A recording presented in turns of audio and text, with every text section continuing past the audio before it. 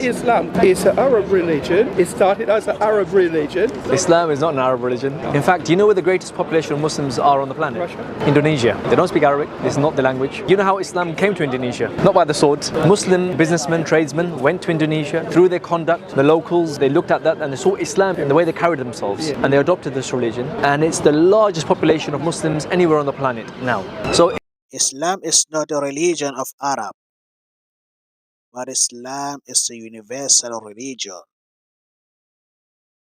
Religion sent by God to the whole world.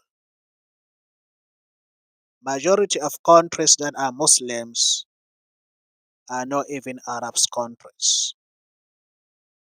So it's not an Arab religion, it's a universal religion. Malcolm X even, when he went to Hajj, he saw Muslims who were white, yellow, every skin tone, every language, all in one place, wearing the same cloth, submitting to the same creator. This equality and unity which he saw amongst Muslims there, it was not what he was taught when he was with Elijah Muhammad. So he left that belief and he went to Orthodox Islam. So Islam is a universal religion. We don't have a race problem in Islam.